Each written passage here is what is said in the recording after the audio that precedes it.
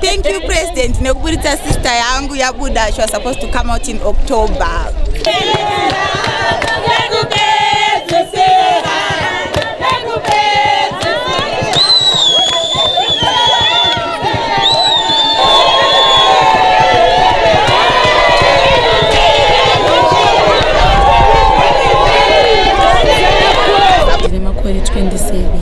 Ndinogara muno muHarare ndakakura.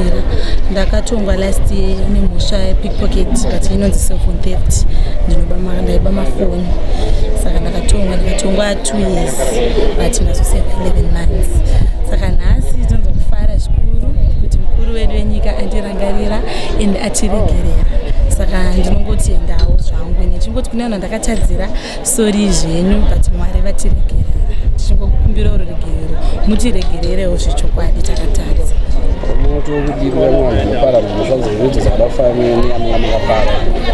Ndongoti crime doesn't pay. Jeri rinorwadza kusiya kwatinoita mhuri dzedu nekusiya kwatinoita vana vedu panze zvinhu zvakangooma.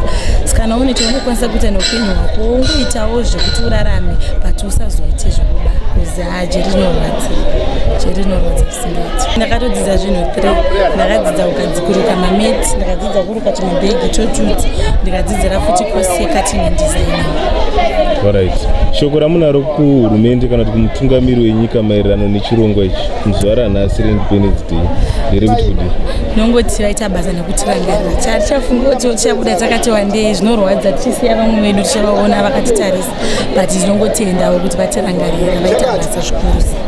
I am so excited and I am very grateful to the President, Emmerson Mnangagwa, for giving us freedom on the day of the country's Independence Day, where the country got freedom. Is so significant. I can't even explain. I'm so happy. I'm so grateful. Thank you to the President and thank you to the guards in the jail that have kept us and kept us safe. To those kids out there, say no to drugs. Ndonzi Tekla Nyengerai.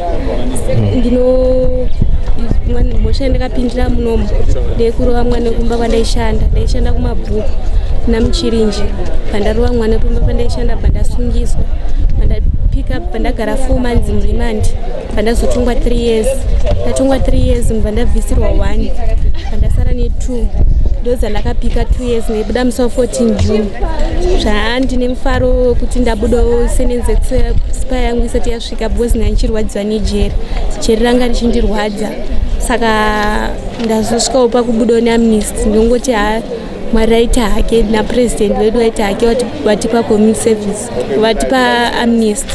Handinongoti vanhu ngavasapare mhosva ngavagare kumba because ukapara mhosva jeri rinorwadza unosangana nemasituations akasiyana siyana zvekuti unotodemba kuti denda ndiri kumba unosanganikwa zvakasiyana siyana muno zvinoitika hamusi right kuti munhu apinde mujeri. Nangu ndandasara ne2 months zvairwadza pane zvirango zvakakura ndova ndinongoshura kuti dai vabudawo vasangoitire isusu chete. Mina yimi okwenziwe nguhulumende kuhle kakhulu sebeyaphuma abafowethu abaphakathi sokulesikhathi bephakathi singababoni so sesingababona phandle sesingabonana labo okwenze nguhulumende kuhle kakhulu sicela ukuthi akwenze la ngomnyaka ozayo njalo labafowethu abangaphandle labo siyabacela ukuthi bengawoni kakhulu begcine bengena phakathi but okwenziwe nguhulumende siyakubongela kakhulu njengomphakathi. Ngiyabonga. Ndoya kutora mningina wangu kangaita mhosva akasungwa nenhau yekopa asungwa nenhau yekopa 2018 vanzi 10 years mujeri saka 10 years mujeri akabvisirwa mamwe makore akasara ne6 years 8 months saka mningina wangu aifanirwa kubuda muna November gore rineri saka ndinofara nechirongwa chakaunzwa ichi awanikwawo ari pagrupu rokubuda kwevanhu saka ndinofara nezvaitika zuva ranhasi.